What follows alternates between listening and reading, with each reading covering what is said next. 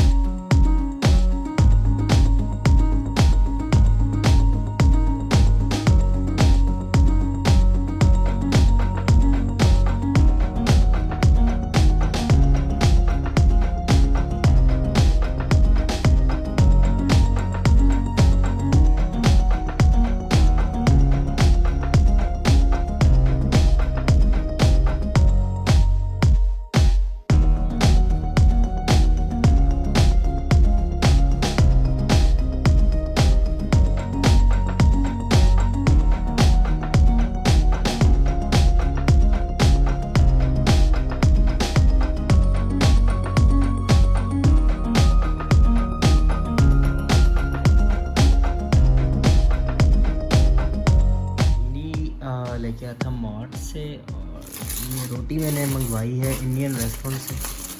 30 बात की एक रोटी मुझे मिली है, तो लेट्स ट्राई।